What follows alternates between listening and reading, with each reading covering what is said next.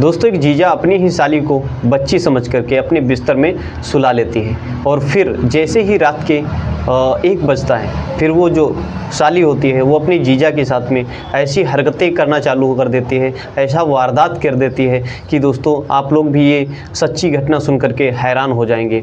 तो नमस्कार दोस्तों, मैं देवेंद्र और आप देखने जा रहे हैं एक सच्ची घटना। दोस्तों इस वीडियो को अंत तक देखना, क्योंकि इस वीडियो से आप लोगों के जीवन में एक बहुत बड़ी सीख मिलने वाली है। और दोस्तों एक मेरी प्यारी सी रिक्वेस्ट है आप लोगों से कि अगर अभी तक इस चैनल को सब्सक्राइब नहीं किया तो चैनल को भी सब्सक्राइब कर लीजिएगा। और हाँ, एक प्यारा सा कमेंट जरूर करिएगा कि ये वीडियो आप लोग कहाँ से देख रहे हैं। तो आइए ज़्यादा लेट ना करते हुए डायरेक्टली इस कहानी की तरफ चलते हैं। दोस्तों ये कहानी होती है उत्तर प्रदेश के एक छोटे से ज़िले आगरा की। दोस्तों आगरा में जो है एक मंजू नाम की लड़की रहा करती थी और उसी गांव में एक रोहन नाम का लड़का था। दोस्तों मंजू और रोहन जो होता है वो एक ही कॉलेज में पढ़ाई किया करते थे और वो इतने अच्छे दोस्त बन चुके थे कि वो मतलब जो है घर से यानी कि एक साथ ही अपने कॉलेज के लिए जाया करते थे। दोस्तों उनकी नज़दीकियाँ इतनी ज़्यादा बढ़ गई थी कि जो रोहन होता है वो मंजू से बेइंतहा मोहब्बत करने लगता है। दोस्तों इतना ही नहीं, वो जो मंजू होती है, मंजू रोहन से भी वह उतना ही प्यार करती थी जितना कि रोहन मंजू से करती थी। दोस्तों परवान प्यार का इतना बढ़ जाता है कि उसके कॉलेज के नहीं, उसके घर तक जो पड़ोस के लोग थे उनको भी ये बात पता चल चुकी थी कि आखिर जो रोहन है वो मंजू से कितना ही प्यार करता है। दोस्तों सिलसिला ऐसे ही चल ही रहा था। उसके बाद में जब उसके घर वालों को पता चलता है तो दोस्तों रोहन जो है काफ़ी डांटा जाता है और उधर मंजू के घर वाले भी उसको डांटते हैं और डपटने लगते हैं कि आइंदा अगर तुम रोहन से मिलने की कोशिश किया तो अच्छा नहीं होगा। दोस्तों ये सारा सच्चाई जानने के बाद में रोहन और मंजू के पिताजी सोचते हैं क्यों ना मतलब जो है अगर मंजू की शादी कर दिया जाए तो जो है अच्छा होगा। बट दोस्तों रिश्ते तो बहुत आते थे, लेकिन जैसे ही मंजू के रिश्ते आना चालू होते थे और मंजू को देखने के लिए बट गांव वाले उनको भड़का दिया जाता था कि जो है इस लड़की का तो अफेयर दूसरे लड़के से है। दोस्तों वो जो रिश्ते होते हैं वो वहीं से चले जाते हैं, ख़त्म हो जाते हैं। दोस्तों मंजू बहुत ही परेशान थी और आखिर कह रही थी हम करें तो क्या करें। सेम स्थिति रोहन की भी थी। दोस्तों उसके बाद में कुछ ऐसा प्लानिंग करते हैं मंजू और रोहन। दोस्तों उसके बाद में आप लोग भी सोचने पे मजबूर हो जाएंगे। वो दोस्तों एक पास में आ करके वो सोचते हैं कि क्यों ना मतलब जो है कोर्ट मैरिज कर लिया जाए, जिससे जो है बेहतर रहेगा।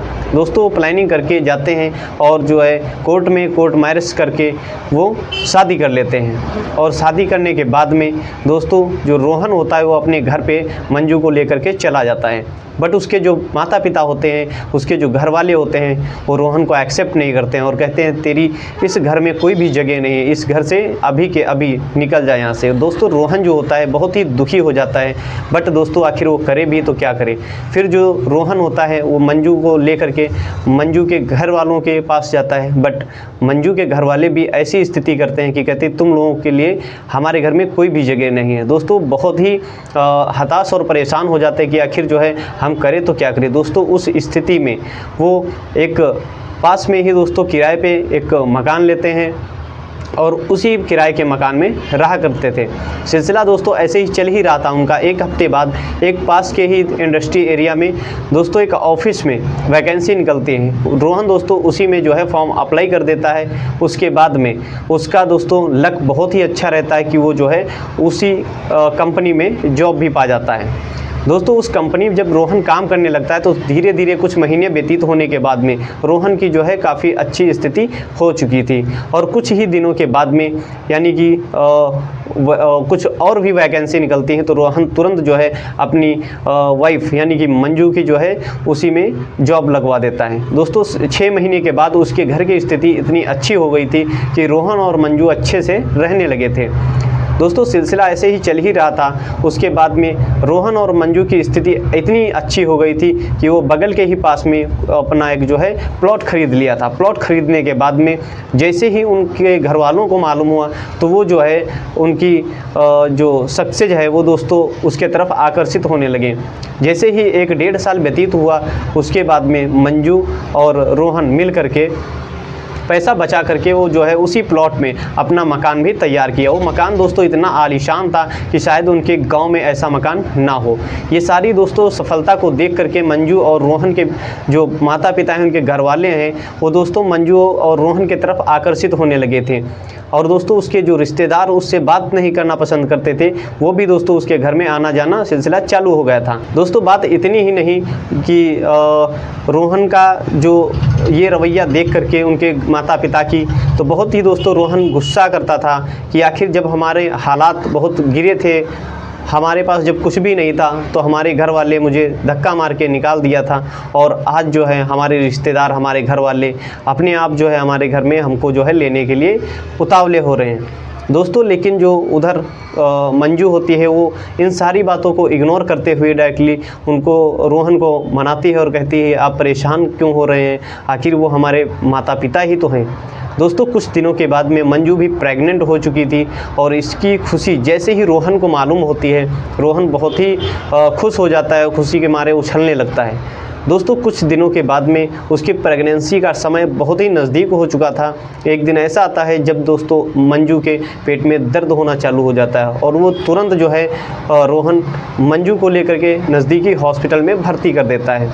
उसके बाद में एक बेबी का जन्म होता है। जैसे ही जन्म होता है तो तुरंत जो है मंजू अपने घर वालों को जो है खबर कर देती है और कहती है हमारा यहाँ पे रुकना अच्छा नहीं है, और आप मुझे हमारे घर पे भेज दीजिए, जहाँ पे हमारी माताजी और हमारी सिस्टर है वो मेरी जो है काफ़ी अच्छे से देखभाल कर सकेंगी। दोस्तों रोहन जो सोचता है, कहता है कि ये तो सही भी है। दोस्तों कुछ दिनों के लिए जब तक मंजू अच्छी नहीं हो जाती, तब तक जो है मंजू को उसके घर भेज देता है। दोस्तों सिलसिला ऐसे ही चल ही रहा था। कुछ दिनों के बाद में मंजू के अचानक में फिर से पेट में दर्द होना चालू हो जाता है, और वो जो है हॉस्पिटल फिर से चली जाती है। दोस्तों ये सारी चीज़ें जो है तुरंत जो रोहन होता है, रोहन अपने ऑफिस जाता है। तुरंत जैसे उसको मालूम होता है, रोहन तुरंत जो है अपने ऑफिस से घर चला जाता है और घर से हॉस्पिटल चला जाता है। दोस्तों हॉस्पिटल में उसको 7 दिन तक भर्ती रखा किया जाता है, और उसके बाद में उसके जो घर वाले होते हैं मंजू के, तो वो कहते हैं कि बेटा तुम घर पे चले जाओ, क्योंकि मंजू की जो छोटी बहन है आशा, वो जो है अकेली है, उसको वहाँ पे अच्छा नहीं लग रहा होगा। दोस्तों ये जो रोहन होता है उसके घर पे चला जाता है, यानी कि अपने ससुराल चला जाता है। उसके बाद में जैसे ही मतलब रात के खाना पीना खाने के बाद में जैसे ही 10 बजे का टाइम होता है, तो वो सोने के लिए बिस्तर लग जाता है उसका। दोस्तों उधर जो मंजू की बहन आशा होती है, वो सोने के टाइम रोहन से बोलती है कि जीजू हमें काफ़ी डर जैसा लग रहा, और आज की रात जो है मैं आपके साथ क्या सो सकती हूँ। दोस्तों वो जो रोहन होता है वो बच्ची समझ करके, यानी छोटी बच्ची समझ के कहता है चलिए सिंपल सी बात है, आप जो है हमारे साथ में सो सकती हैं। दोस्तों वो जो आशा होती है, आशा लड़की, उसके मन में कुछ अलग ही विचार थे।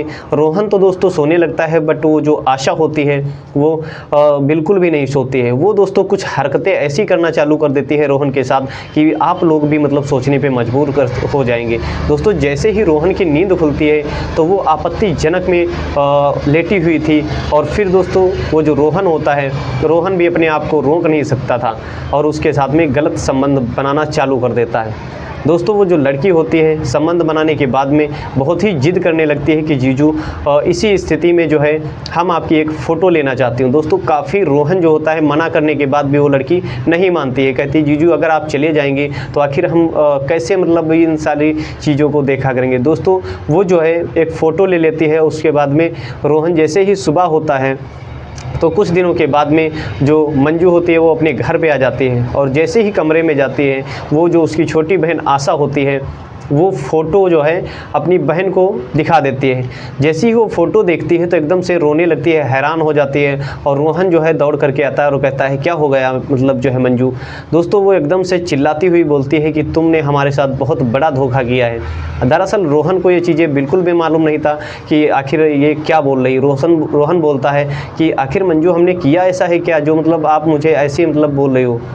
दोस्तों जैसे ही वो फ़ोटो रोहन को दिखाती है तो रोहन भी एकदम से हिल जाता है, और वो जो है आशा पे जो उसकी बहन होती है उस पर चिल्लाने लगता है।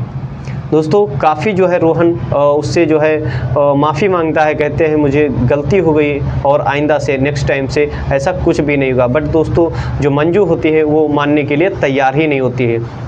दरअसल उसके बाद में मंजू जो होती है वो रोहन को बताती है कि ये हमारी जो है बहन नहीं बल्कि हमारे जो है बुआ की लड़की है, और ये हमारे बचपन से ही कंपेयर किया करती थी कि जिस चीज़ पे तुम्हारा हक होगा उस चीज़ को जो है मैं छीन ज़रूर लूँगी। मतलब मंजू का कहना ये था कि आखिर सारी चीज़ों को तो इसने हमारी ले ही लिया था और हमारे पति के साथ भी इसने खिलवाड़ कर दिया। दोस्तों इस चीज़ को जैसे ही रोहन को पता चलता तो रोहन भी अंदर ही अंदर बहुत ही अफसोस करता कि आखिर ये मुझसे कितनी बड़ी गलती हो गई।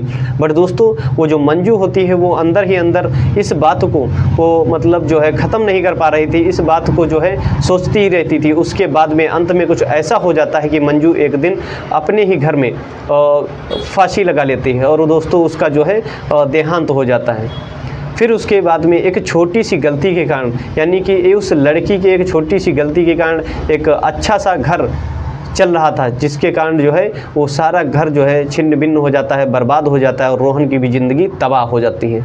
दोस्तों इस वीडियो के माध्यम से आप लोगों को क्या सीख मिली कमेंट बॉक्स में ज़रूर लिखिएगा। और हाँ, एक बार ऐसा कृत्य करने से पहले एक दिमाग में ज़रूर मतलब जो है सोच लीजिएगा कि दूसरे की ज़िंदगी जो है तबाह करने से आपको तो ज़रूर कुछ फ़ायदा नहीं होगा, लेकिन दूसरे की ज़िंदगी बर्बाद हो जाएगी। दोस्तों ऐसी ही वीडियो देखने के लिए चैनल को सब्सक्राइब कर लीजिएगा और अपना और अपने परिवार का ध्यान रखिएगा। जय हिंद, जय भारत।